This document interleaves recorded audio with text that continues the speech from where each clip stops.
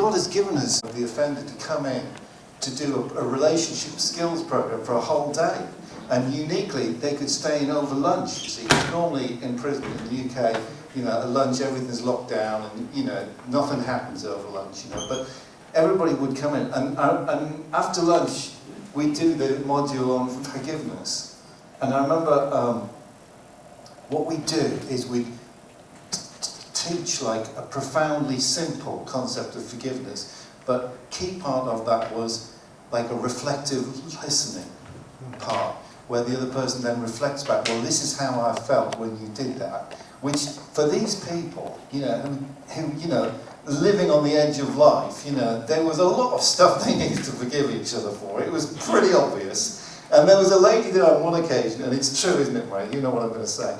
And she kind of like, she went off with her husband into the corner of the room, and then we'd come back in a little group, and I'd say, has anybody got anything they want to share, like you do at preschool, you know?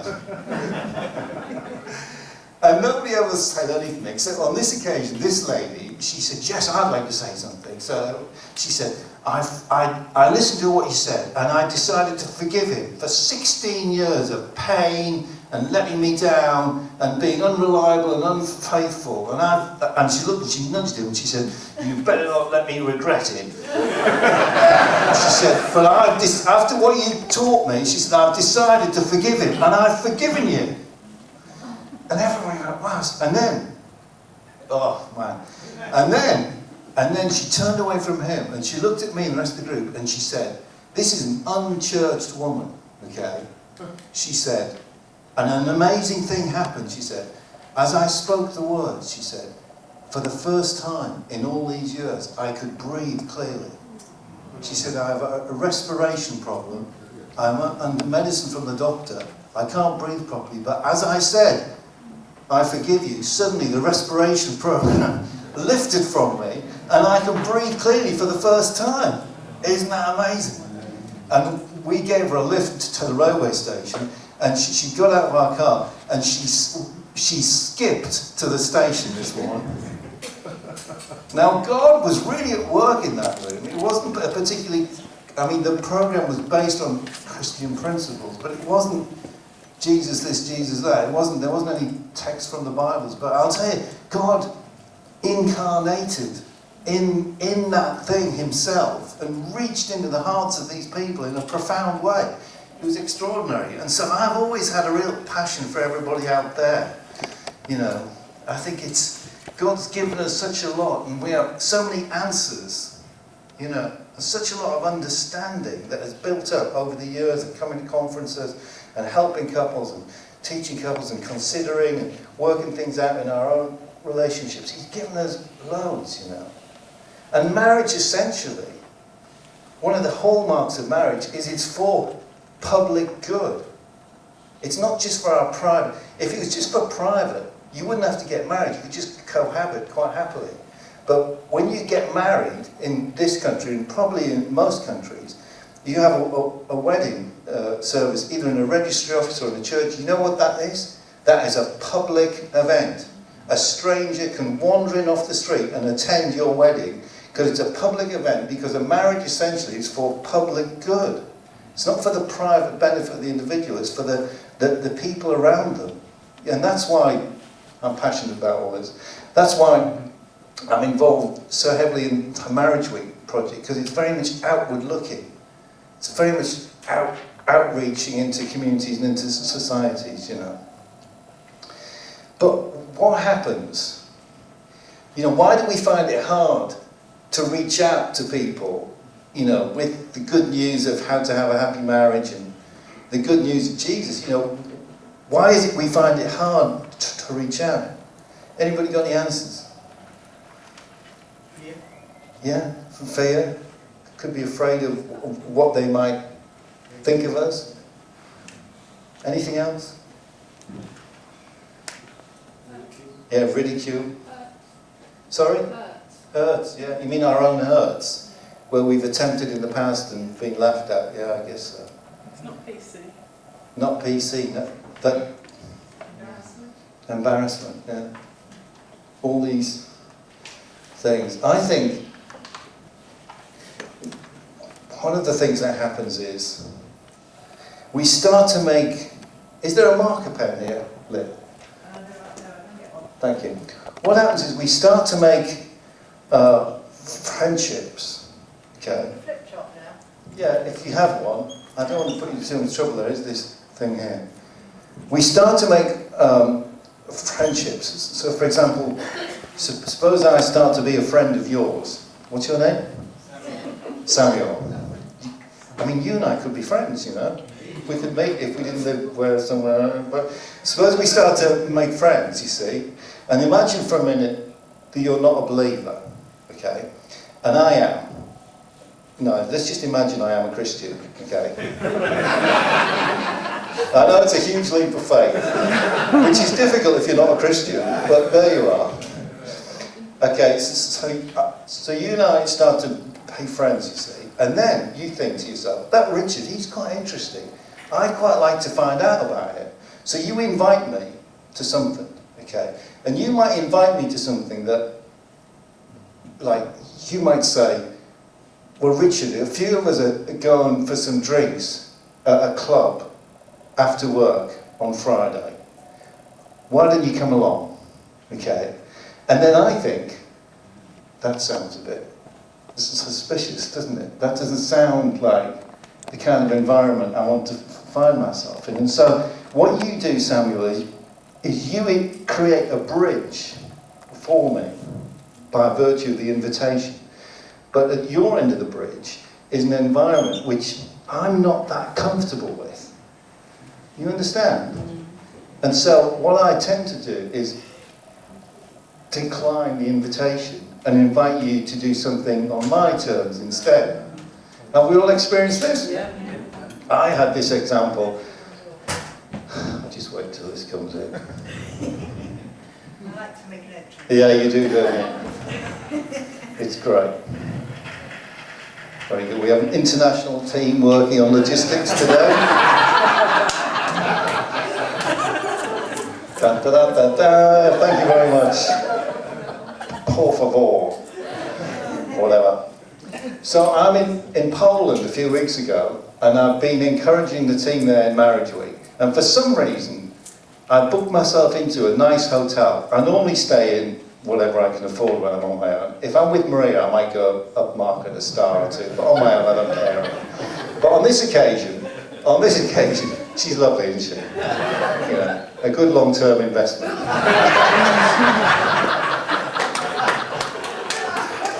Anyway, so on this occasion, okay, because the guy I was meeting didn't have a car, and the little conference was right in the centre of Warsaw, I booked into a nice hotel right in the centre, because I knew I'd have to walk. So we do all the meetings, we do all the thing, and that's all fine. And then he goes off to wherever he comes from. And then I'm on my own, you see, in the hotel. It's the last evening. I've done a good job, you know, I'm kind of relaxed. And the next morning, I fly home. And I'm hanging around in the bar because they gave me a complimentary kind of a wine token. So I'm having a little glass of wine. I've got my laptop and I'm looking like I'm working. You know, we've all done it. And so I'm sat there, and then into the bar comes these three men.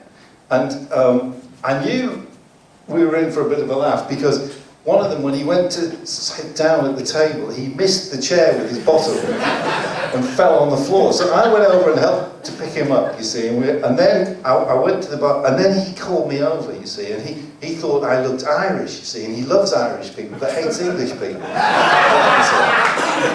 So I explained to him that I came from Irish stock a few generations back, which is true. You know, my ancestor, he rode over from Ireland in the middle of the night. Nobody knows why. But we can imagine.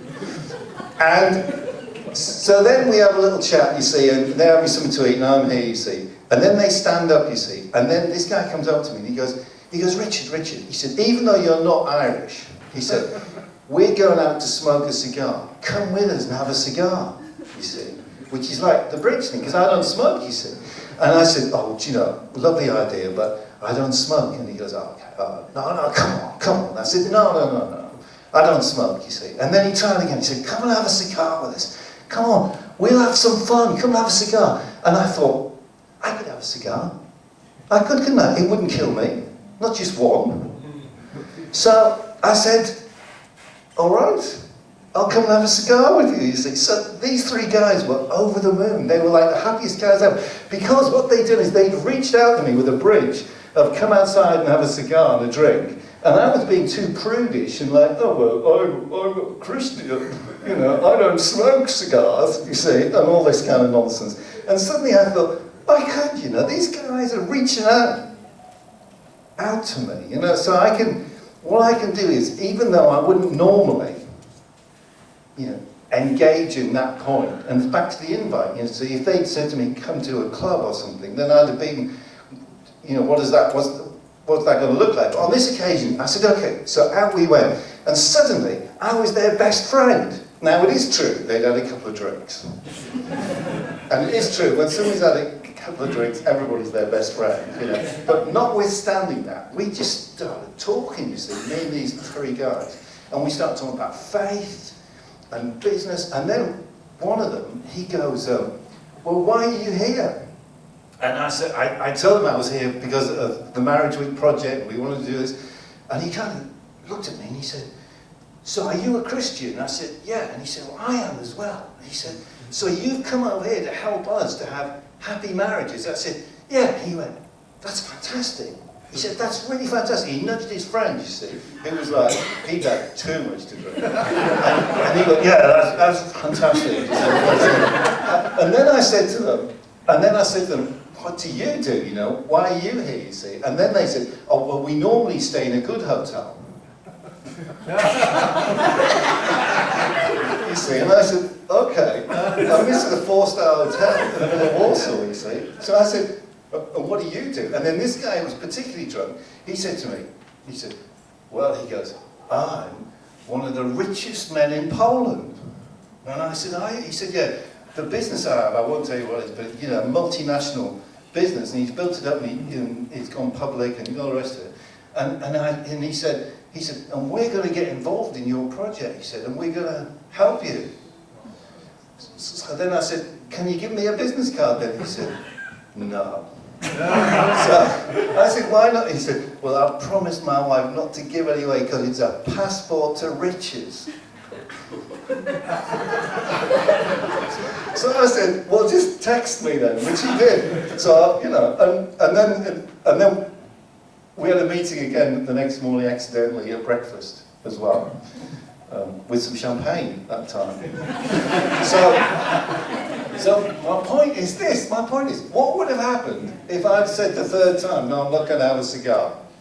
The cigar didn't kill me, I'm still here. It hasn't burned a hole in my lungs or anything, you know, I haven't had another one since, I haven't become an addict, you know, the sun's still shining, Jesus still loves me, and I responded to their outrage, their bridge of friendship, instead of being a bit too prudish.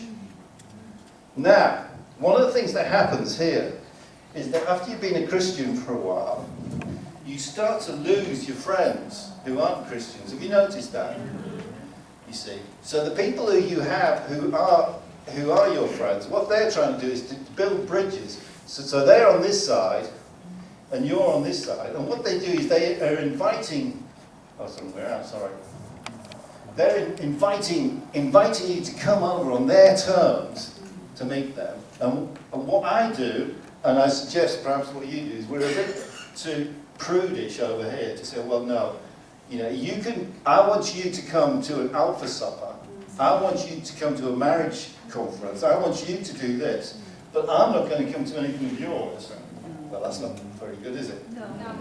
And if you look at Jesus, okay, who of course is a great example. Yeah. Okay, what did he have? He had, in terms of his relationships, there was Jesus, and then he had around him 2 or 3, didn't he? Who were they? Can you remember? Peter, John, James. So he had Peter, John, and James as his best buddies. And then around them, there was the other disciples. So then there was the other 9, okay, within the sphere. And then who was around them? The 72. So the 72, I would call them acquaintances. Do you know what I mean? Now, have you noticed sometimes in church and sometimes in ministry, you can be involved in something for a long time, and then you meet people and they get really irritated, and you say, why are you all irritated and leaving? And they go, because I have no friends. Hands up if you've ever heard that. And you go like, well, you've been coming here for about 15 years. What's wrong with you, you know? And I'll tell you what it is. It's because what they're doing is they haven't got any of these going on. What they've only got is these kind of relationships. And the thing with these kind of relationships is they're nice and they're fun, but they never really connect at that level. So if you're a person who doesn't have any, and it's often with men, if you don't have any Peter, James and John, what you've got to do is you've got to identify the people in this orbit who you think, you know, that person is happier when I come into the room than when I leave the room. And if you like them, what you need to do is to be brave. And it's a bit like asking a girl for a date. As far as I can remember, it's been so long. I'm trying to get, I've got 2 sons at home, I'm trying to get them to date girls. I mean, it's insane, isn't it? 25 and 23. I mean, handsome like their mother. You know, what is it? The other night I woke up in a state, I thought, God, I've got to do something to help the 25-year-old. What's wrong? So I think to myself, you know what I'm going to do? You know what I'm going to do? I'm going to go on a Christian dating site on his behalf.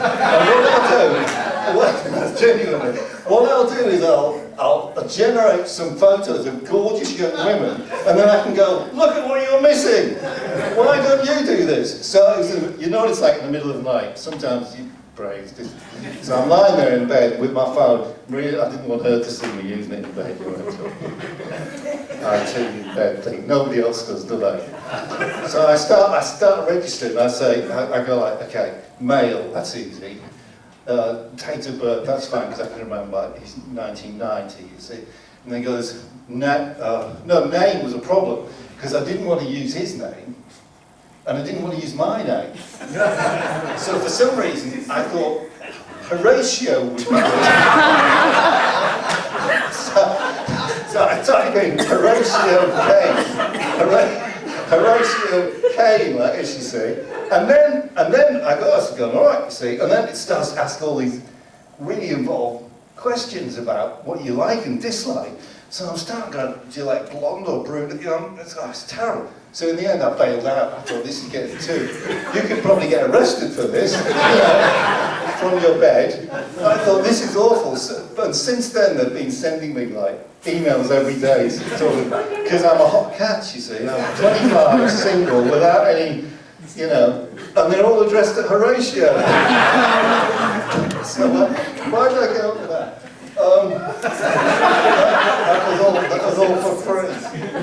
What was it all about? Oh yeah, asking. So it can be like asking for a date. It can be. You remember how awkward it can be asking for a date? So like if you were like an acquaintance, Sam, which of course you are, and I was in here and I think, you know, I think we might. What I have to do is I have to say to you, do you want to meet up and we'll have a drink or something? Which feels a little awkward. You know what I mean? And then what you do is you go, all right, and then the first thing might be a little odd, but you'd find after you meet a few times, it normalises and you start to have an authentic friendship. Now I'm doing this with some guys I meet on a Friday at 5 o'clock, and we go to the pub on a Friday where we can and have a couple of beers, and some of them are Christians and some of them aren't. So can you imagine what would happen to our ministries and our churches and everything if we dragged a couple of these people on the fringe into here and we started to invest in them just because we like them? Because when you drag these people in, they can tell whether you're being authentic or inauthentic. They can tell whether you're trying to befriend them because you want to get their scalp for Christ, or whether you want to get them, genuinely they can, or whether it's like, you know, we're just friends. Now Jesus was always hanging out, wasn't he? With his friends, just hanging out with his friends, you know. And then his particular agenda was, what he'd do is, after hanging out with them for ages, he'd just drop in something really controversial, you know, like we're all familiar with. I don't think he started off with that. I think he was just a friendly kind of guy that dragged people in like this. And so the question is, and I'm going to stop for a minute now, and I want you to turn to the person next to you, and I want you to think about who in your life is throwing out a bridge to you.